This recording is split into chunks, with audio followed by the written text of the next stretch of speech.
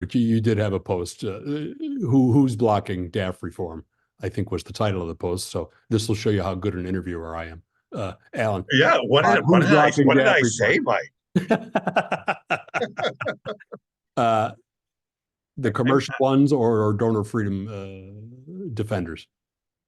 I mean, a lot of people. I mean, there was a recent article since I wrote that saying that citing the $11 million that was spent on lobbying against the ACE Act, again, the rather mild corrective that I referred to. $11 million probably in the world of lobbying is pebble in the Grand Canyon. It's not a lot of money, but it's probably $11 million more than was spent on lobbying on the other side. There's really no counter effort. So the large commercial operations want to keep the DAF status quo. The financial services industry wants it. The community foundations want it. Various religious federations want it. So they're all putting their shoulder to the wheel to stop any what I consider common sense reforms. Yeah. But I think the donors are guilty too. I mean, it's a great deal for the donors. They get a full, if you have appreciated stock, they can put it in their DAF. They get a charitable deduction. They avoid capital gains tax, and then they essentially have complete control, and they don't have to do a thing. I'd like to see some more donors. There have been some coming up now and some efforts. I'd like to hear more donors saying this isn't right. We should have to get it out. Mm-hmm. Mm-hmm. Then we'll anger a different group of people now on your behalf, Alan. You had another. I'm equal opportunity here. You had a great post, and this is entitled "Board Member Casting Call."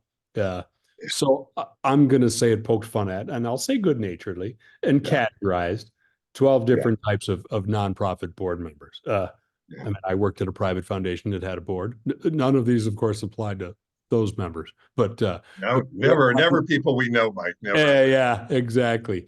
But hypothetically, your casting call could be made by a private foundation as well, right? Those are nonprofits. Sure.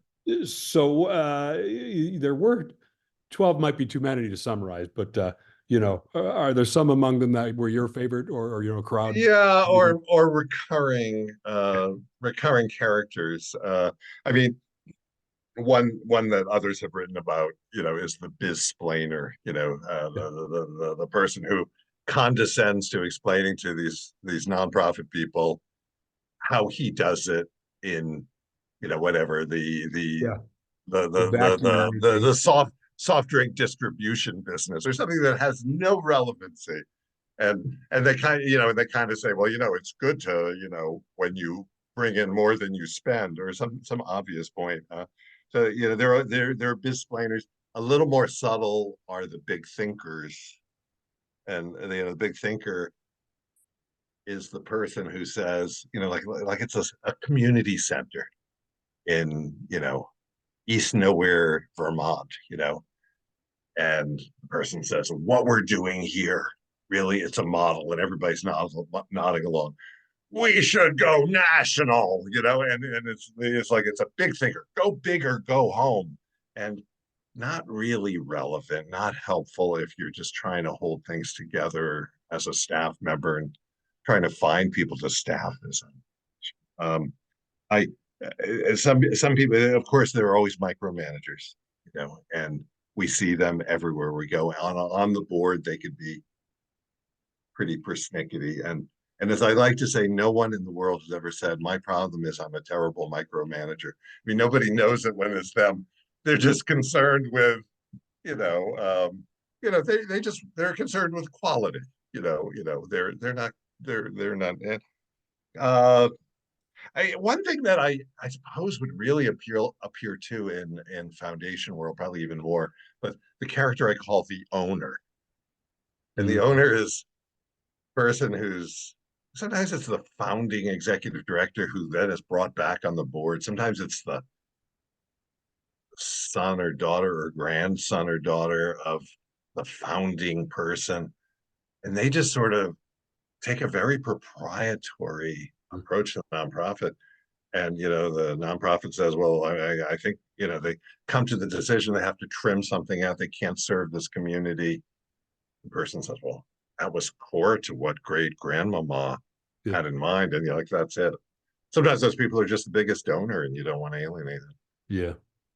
You're talking about foundations. How about if it's actually the foundation with your family name on it, Well, right? exactly. And, I mean, they might have standing to make an utterance like that, right? But and then what do you? yeah, Yeah. right. Well, I'm not on those. I'm not in those rooms. I'm just Yeah. referring. Yeah. And you know, uh, I mean, it is interesting in foundation world. From the 1969 Tax Act, essentially the government cut a deal and they said, "Look, private foundation, you have pretty much full control. Mike Hartmann, you could create the Hartmann Foundation and you could stock it with family members and best friends and your lawyer, and you can do whatever you want, but you have to tell us everything you do. You have to put it in your 990 PF. One of the problems I have with donor advised fund, it gives you just about all of that power without any of the transparency. Mm-hmm. Mm-hmm.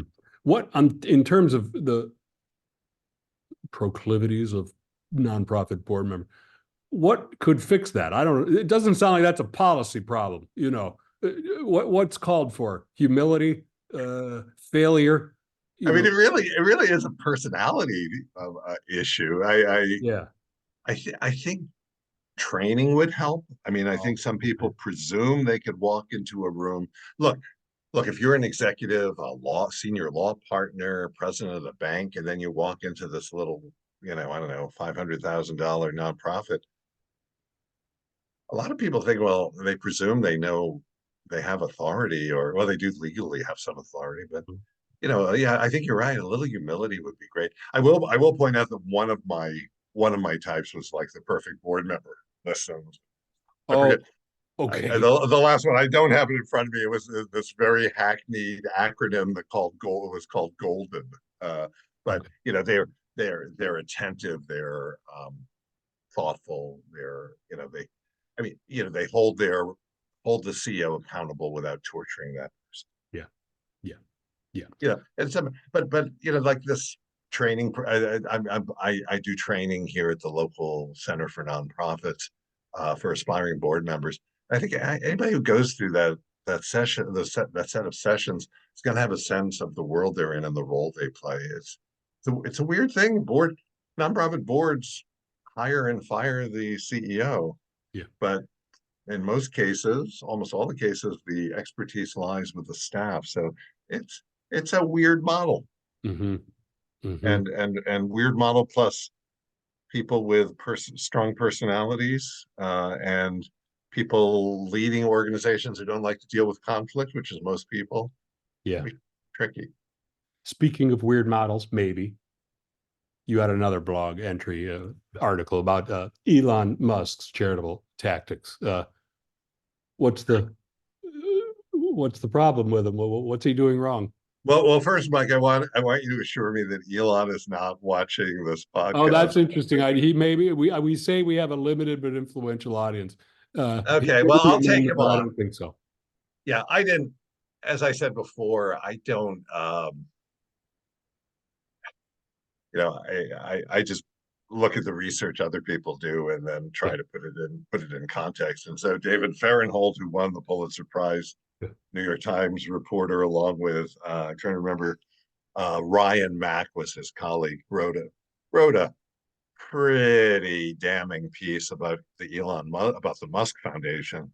Yeah. And you know, it starts with the premise that Musk put $7 billion into it and got roughly a $2 billion tax deduction, which is, you know, pretty good, you know, something, pretty significant tax savings for him and, a loss of revenue for the federal government. Um, I think in the article, I haven't reread it. I think I said he has all the charitable instincts of a turnip. Was that what I said? Yeah, I think the tenor that you are recalling there is about right. Yes. Yeah. Yeah, I forget, a turnip or a zucchini or something. But so he created this foundation, $7 billion is a large foundation. I tend to think that some foundations are overstaffed, have, you know, like they pay their staff too much and there are too many of them. But you need some staff for a $7 billion foundation. This is not like running a convenience store or something. Even the convenience store, you need staff. And he has no staff. It's basically him and a couple of people who work for him. Yeah. And that's the board. There's no staff. And then a lot of his grants, well, first of all, many of the grants, significant portion of them are utterly self-serving, like to the tiny little school, which started in Musk's home in California, and that his children attended. Like five of the 14 students were his children. That's a nonprofit. He was making grants there to keep it going. Well, the school is now behind a security fence at the SpaceX campus in Texas. Again, it's utterly self-serving. A lot of grants. I loved the little bit that I guess a SpaceX rocket blew up and scattered debris. Fortunately, no one seemed to be hurt. All around Brownsville, Texas, and all of a sudden, money was going to Brownsville to renovate the downtown and to help with the schools, and that's good. That makes a difference. But really, what is he doing? He's trying to make Brownsville a more attractive place for engineers to live and work. Yeah. One of the things that struck me, and this was my interpretation of what they were saying, is that he's under granting. So even with this mix of what I'll call legitimate grants and self-interested grants, you have to devote 5% of your assets to charity every year.